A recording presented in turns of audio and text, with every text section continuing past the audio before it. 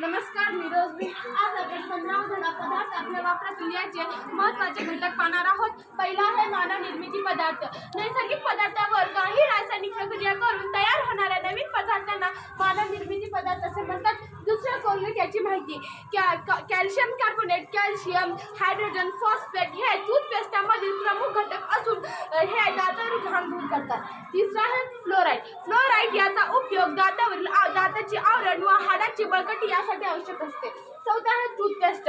Toothpaste जगातील पहिली व्यावसायिक टूथपेस्ट ही कोलगेट या कंपनीने न्यूयॉर्क या शहरात 1873 मध्ये सुरू केली. पाचवा आहे अपमार्जक. अपमार्जन या शब्दाचा अर्थ स्वच्छ असा आहे. स्वच्छ करणारा, मळ बाहेर काढून टाकणारा पदार्थ म्हणजे अपमार्जक पदार्थ होय. सहावा पृष्ठ सक्रियता. पृष्ठ सक्रियता म्हणजे काय? पाणी अनेक पृष्ठभागावर सहज पसरते. या पसरण्याच्या गुणधर्माला पृष्ठ सक्रियता असे म्हणतात.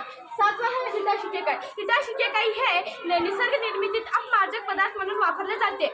हिटाला इंग्रजीमध्ये सोप नॅट तर शिकेकाईला सोप पॉन्ड असे म्हणतात. आठवा आहे कठीण साबण. कठीण साबण हे कपडे धुण्यासाठी वापरतात. या साबणामध्ये सोडियम हा क्षार असतो.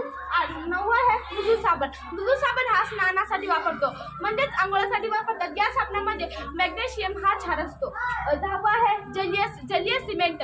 जलीय सिमेंट पोटॅशियम क्षार असतो मृदू साबणात. दहावा आहे जलीय सिमेंट. 1756 मध्ये ब्रिटिश अभियंते जॉन स्मिथ यांनी जलीय सिमेंट बनवण्याची पद्धत सुरू केली.